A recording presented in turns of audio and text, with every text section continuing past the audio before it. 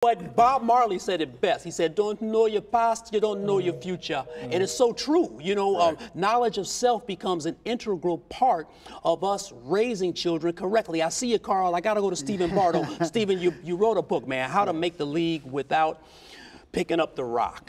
And when it comes to responsibility and knowledge of self, how does your book relate to this topic? The title, How to Make the League Without Picking Up the Rock, it's a play on words. When we were in college, Howard Griffith, Mo Gardner, the football players, the league was NFL. For us on the flying line, it was the NBA. For the track athletes who got to the Olympics, it was the Olympics. And what we try to do is, you know, in the book is to show young people, particularly teenagers, that you can make the league. You can be Garrard McClendon. You can be something in another field, because it's so difficult to get to the professional level. It's so difficult to be a successful rap artist. It's very difficult to do those things, but there are a plethora, a huge amount of career choices that our young men aren't exposed to. I think you said it earlier, it's the exposure, and you know, part of education is travel. A lot of these kids haven't been off the South Side. Not at all. And so if they don't get out of their neighborhoods and they look at television and they listen to music, well, they have a very small window to look at and to measure themselves by. This is interesting. So part of some young people being misguided is the lack of exposure. This is interesting, and I think that the caller was relating that in terms of adults being responsible enough to expose children and being man and woman enough to discipline children. Hold tight, Enoch. Carl, you had a comment. Well, I just want to go back to the point that I had made earlier that, I mean, I just think it is absolute time that we step our game up and stop trying to say, well, here is the reason why. I think we know the reason why. We've traveled down this road so long before. Now it's time to shut up on the reason why and step up on how are we as collectively, men, women of our community, going to change our own behavior so that we can give more to the young people in the streets. We cannot just kind of walk through this maze like, because it's not my child in a sense, or I'm not involved in that stuff over there, and we just kind of stay away from it, but yet we point a finger from a driving car, a moving vehicle. We have to stop that car, and we have to change our environment. Enoch is doing that. My brother Stephen is doing that in all of our endeavors, but we have to have all of us doing that collectively. If you're not doing that, don't call in and complain. Don't write me and complain on my news service. Don't do any of that unless you can tell me, well, here's what I'm doing in my community to change it. And you know what? All points on deck. I see you, Enoch. We need to hire some drive-by grandmothers. We need to hire some grandmothers and jump out the car. Because I'm just keeping it real. Y'all had that, right? Y'all get that. Y'all get that backside tap. Come on out. And I know we can't quite do that today because it's different things. But boy, it would be nice to see that. It's too bad that we can't do that today. Seriously, man. Says who? Yeah. Go. What you mean? Talk to me, Enoch. Talk to me. You must don't know. It's a way around everything. People feel it. People feel the ride, spoil the child. Well, that's true now. If my son got to get tapped up, excuse me, son, I need to see you in aisle 5. No, I'm saying your son. Yeah, my son. But we used to be able to touch everybody else's children. Way around that too. Community. Community. Let me go to the phones, gentlemen. I got Charles on the line. Charles, you're on off 63rd. Charles, talk to me. What's on your mind this evening? Hi, Charles. Yeah, how you doing? Pretty good. Hey, I turned this program on by mistake. And I want to say that everybody that's talking there, you all have the right idea. Now you just got to put it all together. All right? Yeah. But I think the main problem with everything, not just black children, white children and everything, is you're not allowed to discipline your kid. You got to find a way where they got to separate discipline from abuse. Wow. And I tell you, I went to an all-black high school. I went to Chicago Vocational. I was a freshman during the King riots.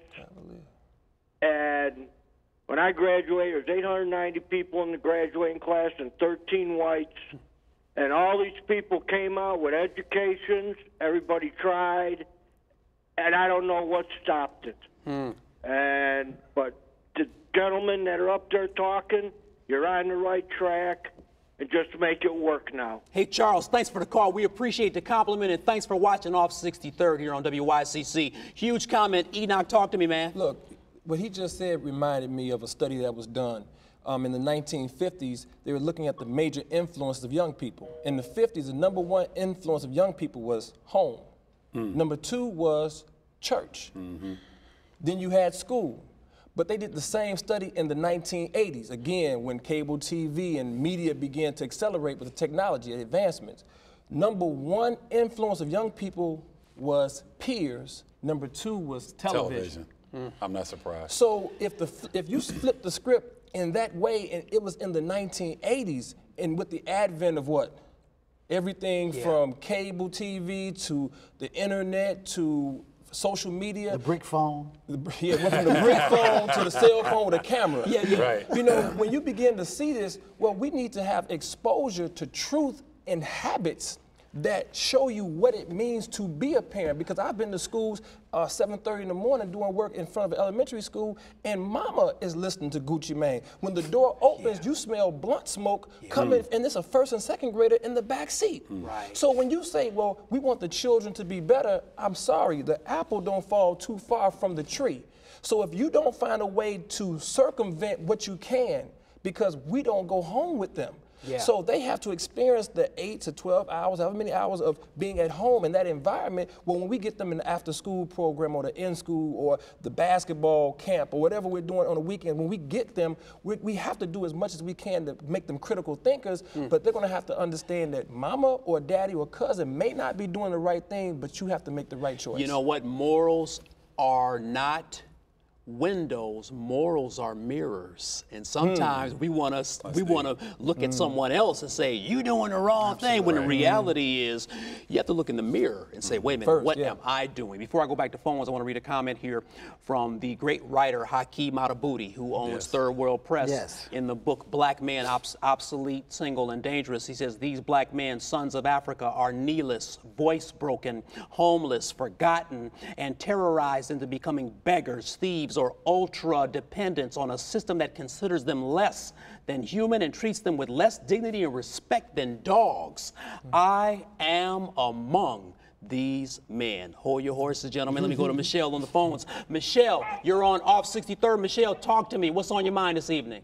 How you doing? I just want to piggyback off of what Carl said. Go ahead. Oh, I'm sorry. These fathers or these daddies, they need to be more consistent.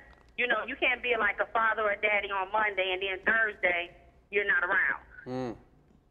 Hey, you Michelle. know what I'm saying? It's like if we see these guys hanging out on street corners, jump out your car. You know, interact with them, talk to them. We trying to save lives out here because, like Carl said, all of these kids are our kids. True. Michelle, thank you so much for the call. She's right. We as men, we do have to step up. And I had 2 more questions here. Did Dr. Martin Luther King, did he die in vain? I want you guys to think about this now. Did he die in vain? And check this one out. Are we just inherently trifling? Or is trifling a Pavlovian response that black men have? Woo! That needs to be a 2-hour show, doesn't it? Carl, talk to me, man. Well, of course not. Dr. King's journey and his death was not in vain, because you look at us. Okay. Look at these brothers right here. And that shows that his journey was not in vain. So that's the first question, the answer to it. Second of all, I want to go again on believing that the bulk of our young people and are good people trying to do the best they can, going to and from with what they have. And a prime example is an urban prep. And there are lots of urban preps around Chicago, around the country, who are graduating young brothers who are on point. So let's not forget that, and let's not denounce them for the hard work that they've done and the support system who provided for them to do that. So I'm cool with that. So Okay, so let me ask you this just quickly. Stephen Bartle, Dr. Martin Luther King did not die in vain? No, of course not. What about you, Enoch Muhammad? No, not at all. Okay, let me just go quickly to something that we want to show our viewers. We can curse the darkness or we can light a candle, and we would be remiss if we didn't add a shade of optimism to this show. Our Student View segment, produced by Level and Chris, takes a peek at Anthony Rochelle Jr. and the work he's doing in Bronzeville. Take a look.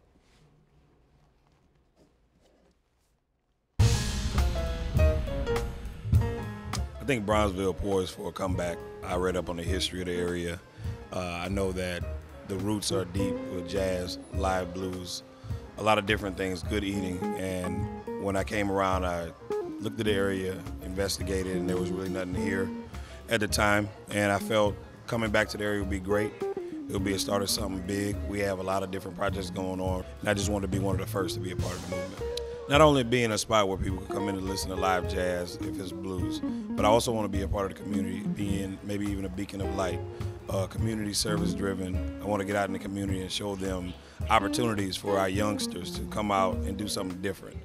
So I want to highlight different areas of powerful black men in the community that start their own business and actually do something positive and not just get caught up in the streets. So not only do we want to teach them about jazz and music, we want to teach them about culinary arts and the venture that they can have in that industry. We offer Creole cuisine. Creole food is something that's from Southwest Louisiana. It's something that people thrive for, want, down south cooking, and something I decided to bring up here. We thank the McCormick and Field Foundations for Student Views. Gentlemen, let's go to some final thoughts. What can we do to flip the script? I need to know from each of you gentlemen in just a few words here, what are you doing to mentor and volunteer in your inner circle? Stephen Bardo first. I have the fortunate, I guess, I'm ordered to go out and speak to young people around the country. And because of the exposure I get with ESPN nationally, being an ex-NBA player, having a father that's a college professor, all those things put me in a position that I have the responsibility to go out and spread the word. It's good news, good news. Enoch Muhammad, Hip Hop Detox, quickly. Quickly, Hip Hop Detox, we're traveling all over the country as well. We're on a tour called Check Up from the Neck Up, which is based here in Chicago, which deals with not only tobacco prevention and healthy lifestyle choices, but we're also dealing with the violence prevention issues at the root.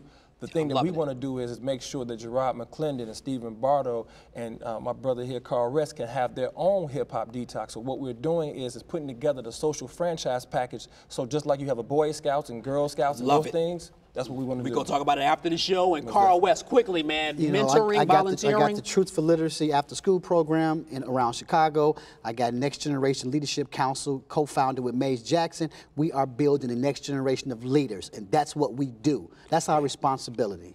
Man, I appreciate you gentlemen being on Off 63rd tonight. You know, thank you for watching Off 63rd, and thanks to my guests, Enoch Muhammad, Carl West, and Stephen Bardo. You may call me after the show, 773-487-1352, or send me an email at gerard@off63rd.com. Thank you for watching. Hey, remember, victory, it's yours. Stay positive, keep your head up, and always be encouraged. Good night.